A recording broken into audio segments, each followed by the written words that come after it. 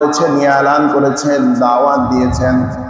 আবু লাহাব কালিমার বিরোধিতা করেছে, তাওহীদের বিরোধিতা করেছে। আল্লাহর রাসূলের পরিবারের অনেক আত্মীয় স্বজন কালিমার বিরোধিতা করেছে, ইসলামের বিরোধিতা করেছে।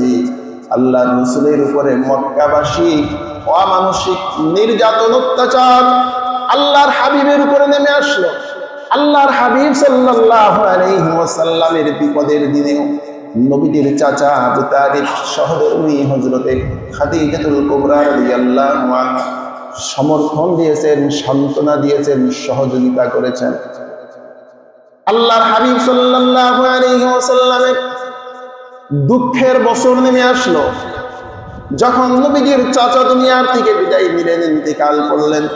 আম্মাজান খাদিজাতুল কুবরা দুনিয়া থেকে বিদায় নিয়ে চলে গেলেন। সাপোর্ট দেওয়ার মতো কেউ ছিল না, সান্ত্বনা দেওয়ার মতো কেউ ছিল না। নবীজি সাল্লাল্লাহু আলাইহি ওয়াসাল্লামের উপরে কাফের মুশরিকরা প্রকাশ্যে নির্যাতন করতে শুরু করলো। যে নবীর উপরে মশা মাছি পর্যন্ত পড়তো না, নবী আমার রাস্তা দিয়ে যখন যাইতো কাফের মুশরিকরা আবর্জনাগুলি আমার রাসূলের শরীরে মারতো, থুতু নিক্ষেপ করতো। নবীজির নামাজে সিজদায় পড়ে গেলে কাফের মুশরিকেরা উটের নাড়ি ভুড়ি এনে আমার রাসূলের পিঠের উপরে, মাথার উপরে তারা চাপিয়ে দিত। এরপরে আল্লাহ রাসূল বিরোধিতা করে নেয়। আল্লাহ রাসূল যখন দেখলেন মক্কার মানুষ আমার দাওয়াত গ্রহণ করছে না, শুধু ঘটনা না, ইতিহাসটা সুন্দর করে বুঝবেন। মক্কার মানুষ আমার দাওয়াত তারা গ্রহণ করছে না। নবীজি মক্কার থেকে ৭৫ মাইল দূরে অবস্থিত তায়েফ নগরী, মক্কার শহরের পরে আরবের মধ্যে ওই সময়ের জন্য সবচেয়ে উর্বর জায়গা ছিল, সবচেয়ে ভালো একটা শহর ছিল তায়েফ শহর। নবীজি সাল্লাল্লাহু আলাইহি ওয়াসাল্লাম তায়েফ নগরী নদরে বনি সাকিব গোত্রে তিনি দুগ্ধ পান করেছেন। হালিমাতুস সাদিয়া রাদিয়াল্লাহু আনহা তায়েফ নগরের একজন শীর্ষ নেতা, কুরাইশ বংশে আত্মীয়তা করেছিল, বিবাহ বন্ধনে আবদ্ধ হয়েছিল। নবীজি চিন্তা করলেন গোত্রীয় আত্মীয়, দুগ্ধ পানের দিক দিয়েও তারা আমার অনেকে আত্মীয় স্বজন রয়েছে, আমার আপন মানুষ রয়েছে। মক্কার মানুষ যেহেতু আমার কালিমা, আমার তাওহীদের বাণী গ্রহণ করে না, আল্লাহর হাবিব মনে বড় আশা নিয়ে, বুক ভরা আশা নিয়ে তায়েফ নগরীতে চলে গেলেন। আল্লাহর হাবিব জনাবে মুহাম্মদুর রাসূলুল্লাহ সাল্লাল্লাহু আলাইহি ওয়াসাল্লাম সফর সাথী হিসাবে আজাদকৃত গোলাম যায়েদ ইবনে হারিসাকে সাথে নিয়ে গেলেন।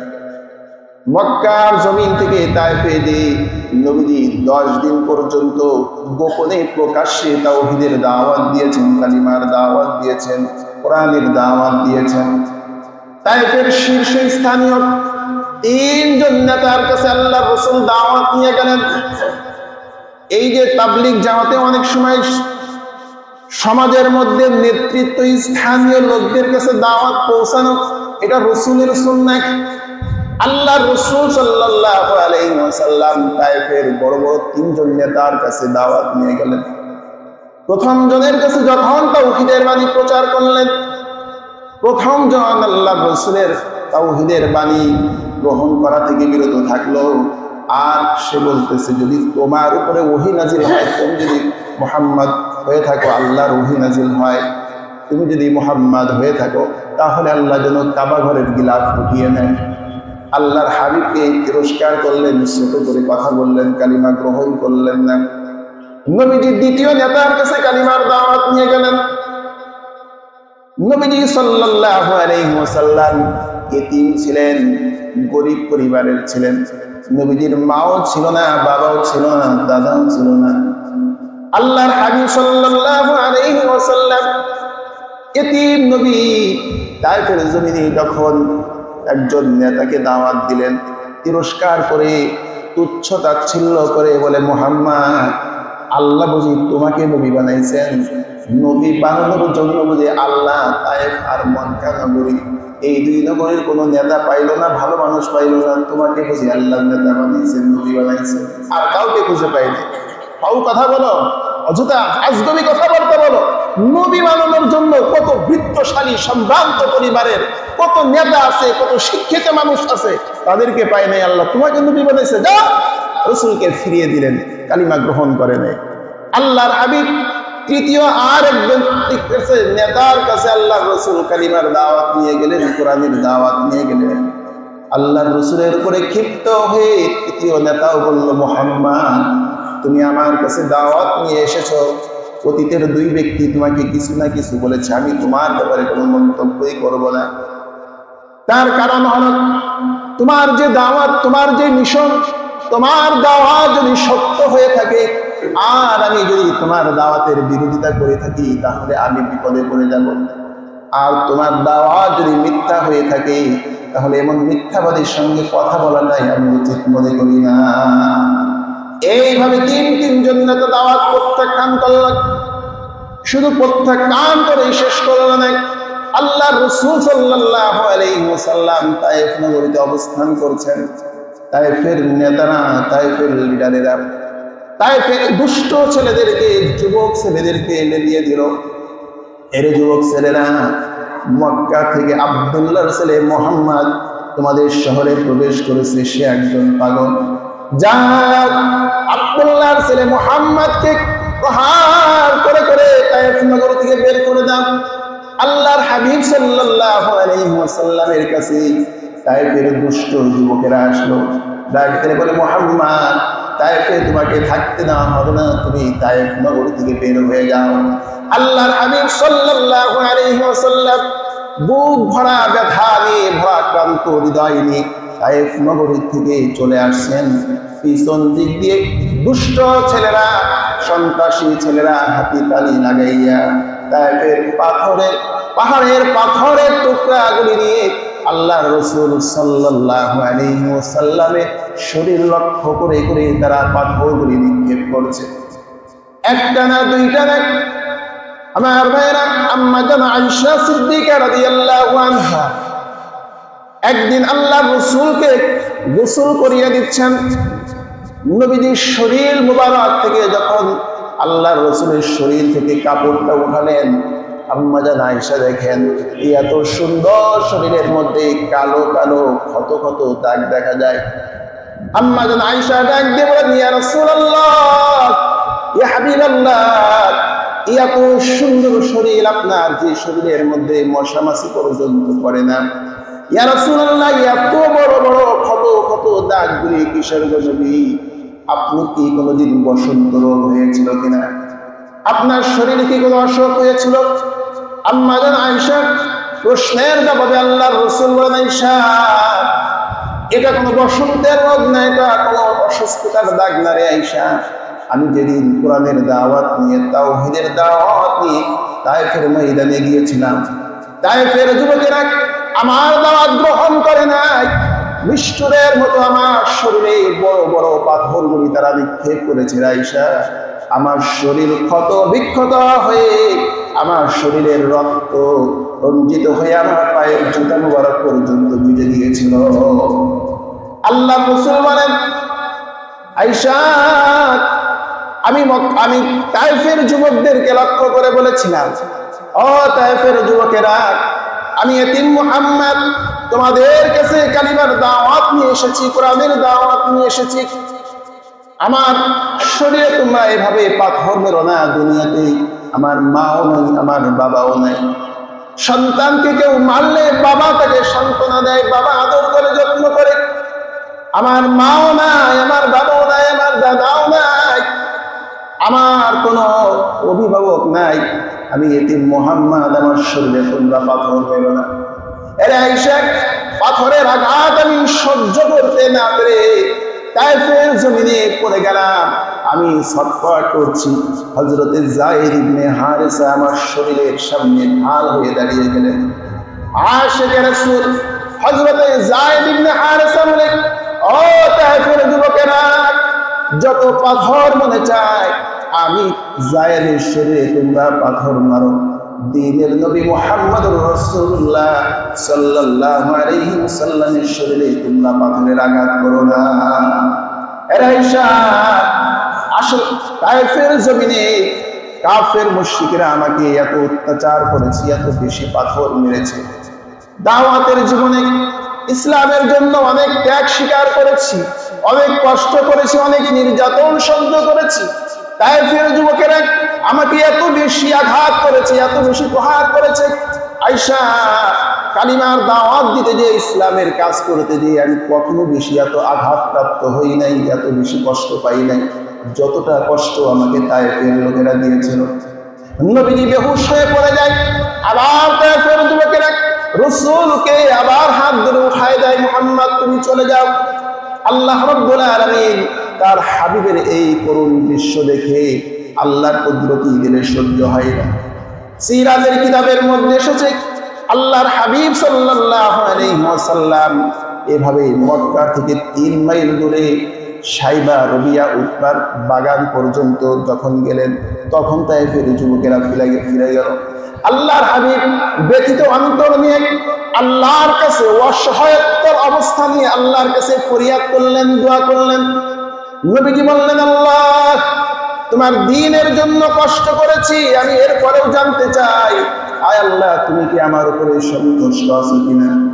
আল্লাহর হাবিব সাল্লাল্লাহু আলাইহি ওয়াসাল্লামকে সান্ত্বনা দেওয়ার জন্য আল্লাহ রাব্বুল আলামিন তায়েফের পাহাড়ের নিয়োজিত ফেরেশতাকে পাঠিয়ে দিলেন।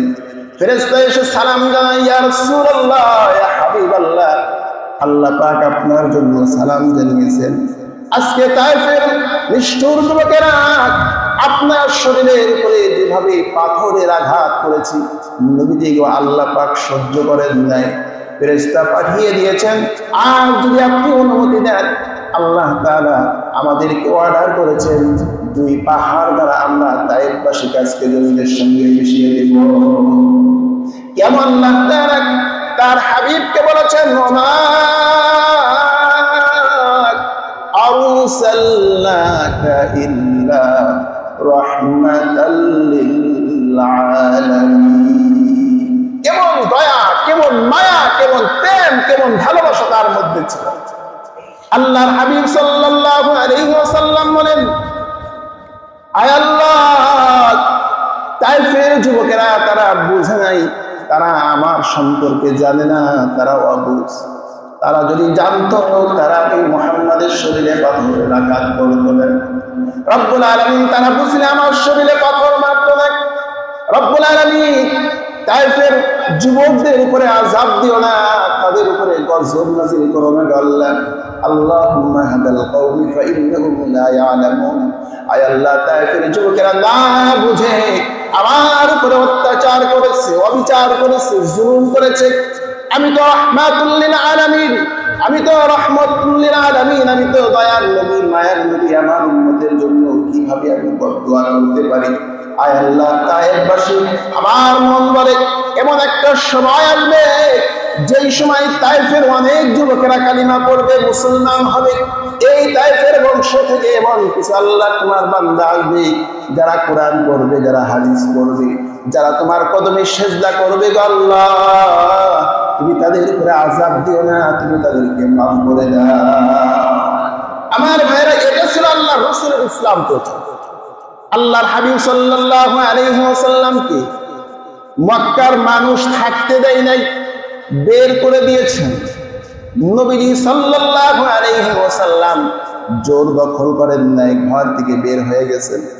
আবার যখন ফাতহে মক্কা হয়ে গেল, নবীজি যখন মক্কায় চলে আসলেন, নবীজি সাল্লাল্লাহু আলাইহি ওয়াসাল্লাম পুরা মক্কা শহর দখল করে নিয়েছেন।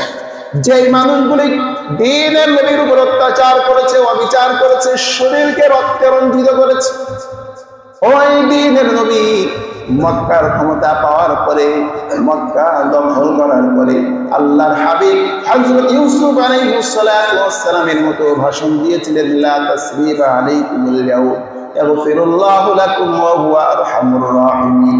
আমার ভাই ইউসুফের উপরে তার ভাইরা যেভাবে অত্যাচার করেছিল, তার উপরে জুলুম করেছিলেন, ভাই ইউসুফ ভাইদের উপরে অবিচার করে নাই, প্রতিশোধ নেয় নাই। আমি মুহাম্মদুর রাসূলুল্লাহ, আমার জাতি আমার সঙ্গে যে দুর্ব্যবহার করেছে, আমি প্রতিশোধ নিব না।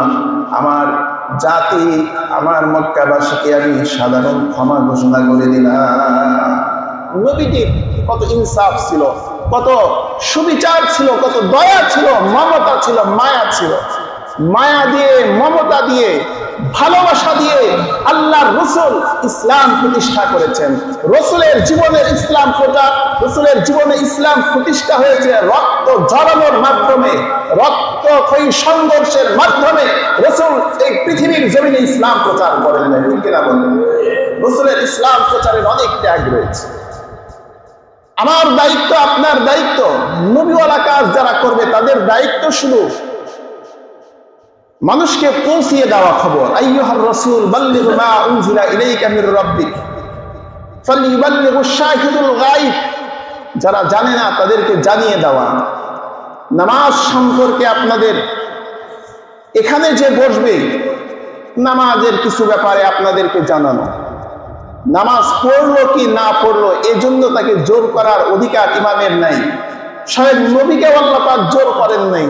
আল্লাহ বলেন লাস্তা আলাইহিম বিমুসাইতির, নবী আপনাকে তো পুলিশ বানাই নাই, দারোগা বানাই নাই, সন্ত্রাসী বানাই নাই যে জোর করে করে আপনি মানুষকে ইসলামের পথে আনবেন, জোর করে করে মানুষকে নামাজি বানাবেন, জোর করে মানুষকে সুদ থেকে ফেরাবেন, জোর করে মানুষকে জিনা থেকে ফেরাবেন। হ্যাঁ নবী, আপনি আইয়ুহার রাসূল বাল্লিগ মা উনজিলা ইলাইকা মির রাব্বিক, আপনি নামাজের পক্ষে কথা বলেন, সুদের বিরুদ্ধে কথা বলেন, জিনার বিরুদ্ধে কথা বলেন, ইসলামের পক্ষে কথা বলেন, সততার পক্ষে কথা বলেন। কে মানবে আর কে মানবে না এটা তাদের ব্যাপার। আপনার দায়িত্ব তো শুধু মানুষের কাছে পৌঁছে দেওয়া।